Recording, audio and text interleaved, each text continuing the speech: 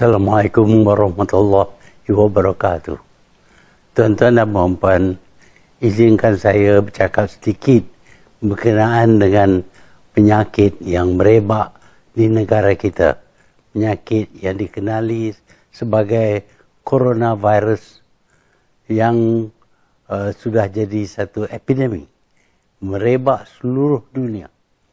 Saya lihat keadaan di Malaysia dan saya nampak seolah-olah orang Malaysia ni tidak begitu serius berkenaan dengan menangani coronavirus ini. Kalau kita tidak berjaga-jaga, dia akan terkena kepada ribuan rakyat Malaysia. Dan ramai daripada mereka akan meninggal kerana penyakit ini. Penyakit ini luar biasa. Dia adalah penyakit yang disebabkan oleh satu virus yang diberi nama corona. Kerana itulah bentuk virus itu. Dan virus ini tidak pernah didapati dahulu. Tetapi dia sekarang ini merebak dan dia mudah menjangkit. Iaitu kalau kita menempuh ataupun berdekat dengan orang yang sakit, mungkin kita akan dapat jangkitan. Umpamanya kalau orang sakit itu tidak pakai mask dan dia batuk ataupun bersin, kita mungkin dapat. Sebab itu cara kita elak daripada dijangkiti, kita mesti jauhkan diri daripada orang yang mengidap sakit ini. Tetapi orang ini pun kadang-kadang dia tidak sedar bahawa dia sudah dapat sakit ini kerana pada mulanya tidak ada kesan kesakitan ini. Mungkin cuma suhu badan saja naik sedikit. Tetapi dalam jangka masa yang pendek akan datanglah ada simptom-simptom yang lain yang mungkin membawa maut. Jadi pada mulanya oleh kerana dia tidak tahu dia membawa penyakit ini, mungkin dia dengan mudahnya berdekat dengan orang lain. Dan mungkin orang lain akan terjangkit dengan penyakit ini. Sebab itulah kita perlu asingkan diri kita, jauhkan diri kita daripada semua orang. Kerana kita tak tahu mereka sakit ataupun tidak. Tetapi untuk mengasingkan diri daripada semua orang adalah satu perkara yang kadang-kadang sukar dilaku. Baru-baru ini Tabligh telah mengadakan satu perjumpaan gergasi. 15,000 orang berhimpun. Dan daripada perhimpunan ini kita dapati lebih 40 orang yang dijangkiti penyakit coronavirus ini. Sebabnya ialah dalam satu kumpulan yang begitu besar, kita tak dapat asingkan diri daripada jiran dan kita selalu berdekatan dengan semua orang, bersalam-salaman mungkin, dan agak mudah untuk kita dapat penyakit ini kalau orang yang mempunyai penyakit ini bersalaman dengan kita atau dekat dengan kita atau batuk dekat dengan kita, dan kita akan dapat penyakit ini.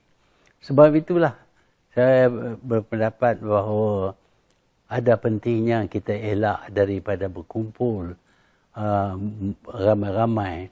Termasuk umpamanya bila kita sembahyang berjemaah.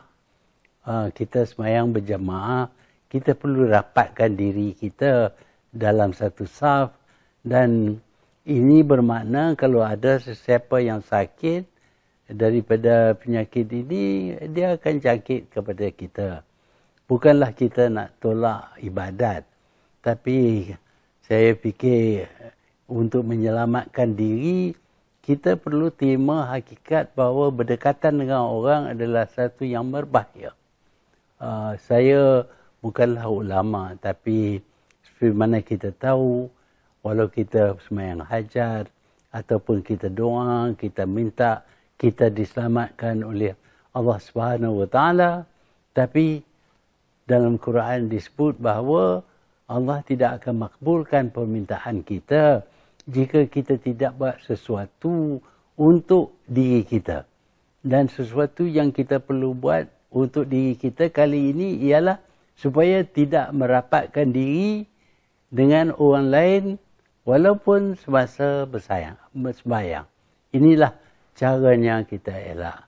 Jadi kita perlu perkuatkan usaha ini dengan kita mengasingkan diri daripada orang yang tidak ada kaitan dengan kita. Walaupun dalam rumah sendiri tentulah kita rapat dengan ahli keluarga, tetapi terhad kepada itu saja. Kita tidak keluar ke mana-mana, berjumpa, melihat sport seumpamanya dan lain-lain.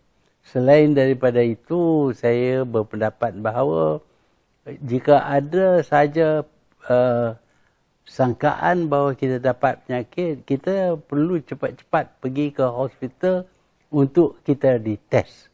Bahkan segala pelawat-pelawat yang nak melawat ke mana-mana perlu dites sebelum mereka boleh ke mana-mana ataupun naik kenderaan apa-apa, sama ada bas ataupun pesawat terbang. Sebelum naik mestilah kita diperiksa dulu, dan pesawat itu juga perlu dibersihkan, boleh kata tiap kali ada passengers yang berguna. Kalau dia terbang sekali, dia turun, mesti dibersihkan semula. Dan sebelum diterima pelawat-pelawat atau penerbang mereka pelancong-pelancong yang lain. Banyak perkara yang perlu dilakukan oleh kita, bukan saja oleh kerajaan, tapi kita sendiri untuk menyelamatkan diri kita daripada penyakit virus ini. Dia juga mempunyai kesan yang dahsyat terhadap ekonomi. Kerana satu daripada kesannya ialah industri pelancongan telah merosot sebanyak 70%. Jadi kita dapat yang kedua terbesar sumbangan kepada pendapatan negara ialah daripada industri pelancongan. Kalau dah diturun sampai 20-25%, bermakna pendapatan kerajaan akan berkurangan, pendapatan hotel dan restoran dan travel agency semua akan rugi. Apabila mereka rugi, mereka tidak akan bayar cukai dan kerajaan akan hadapi masalah. Dan kita dapati bahawa penerbangan akan berkurangan dan bisnes tidak boleh diadakan. Banyak bisnes bergantung kepada semua orang berkumpul bekerja di satu tempat. Ini juga mendedahkan mereka kepada penyakit. Bila ada industri yang memerlukan mass production oleh ramai pekerja, ini berbahaya. Jadi industri seperti ini pula perlu dihentikan. Apa yang boleh dibuat di rumah, boleh buat di rumah. Dan untuk mempelajari ilmu dan sebagainya, kita tak perlu ke sekolah atau universiti. Kita boleh belajar di rumah, mungkin melalui internet dan sebagainya. Semua ini perlu dilakukan sekarang ini juga. Jangan ambil ringan perkara ini. Ini amat berbahaya. Dia adalah satu jenis plague yang merebak, yang boleh menjangkit berpuluh ribu bahkan ratus ribu orang. Sekarang ini kita dapati Itali umpamanya telah tutup negaranya daripada sebarang pelancong dan tidak membenar rakyat mereka pergi ke mana-mana. Memang pun ini menjadi satu tekanan kepada rakyat kerana mereka tidak boleh keluar rumah pun. Tetapi kalau kita tidak ada disiplin diri dan sanggup berbuat demikian, maka penyakit ini akan berpanjangan dan akan memberi kesan yang amat buruk. Kita lihat di negara China, di Wuhan, jumlah pesakit baru berkurangan. Ini kerana orang-orang Cina ni amat berdisiplin. Apabila dilarang daripada keluar daripada rumah, mereka turun walaupun berbulan-bulan. Ini dengan kerana ini mereka nampak seolah-olah mereka dapat kurangkan penyakit ini. Dan kita dapati bila penyakit ini tidak ada ubat. Tidak ada ubat yang boleh kita telan dan dapat sembuh. Sebaliknya dia adalah satu jenis penyakit yang perlu kepada vaksin. Vaksin pula akan mengambil masa untuk diadakan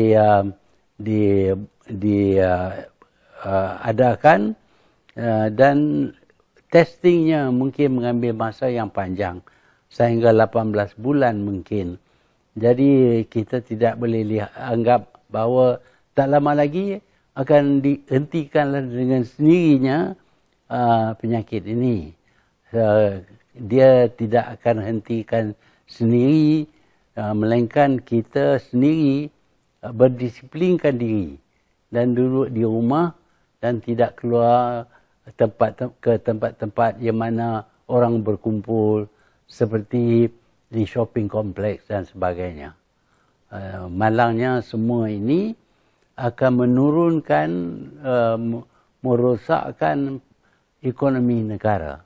Tetapi bukan negara kita saja yang rosak ekonomi, negara lain juga akan alami kerosakan ekonomi dan permintaan mereka untuk barangan kita akan berkurangan dan ini mempunyai kesan kepada kita dan mereka juga tidak dapat menjual barangan keluaran mereka dan ini juga akan menyebabkan kemerosotan ekonomi dunia.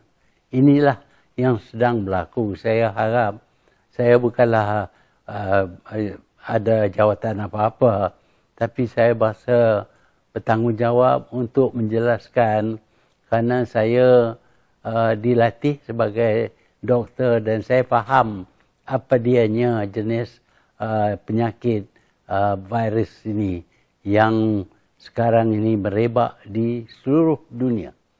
Kita lihat negara yang pertama ialah China, sekarang ini yang kedua ialah Itali, lepas itu Iran dan sekarang ini sehingga ke Amerika juga mereka menghadapi penyakit ini.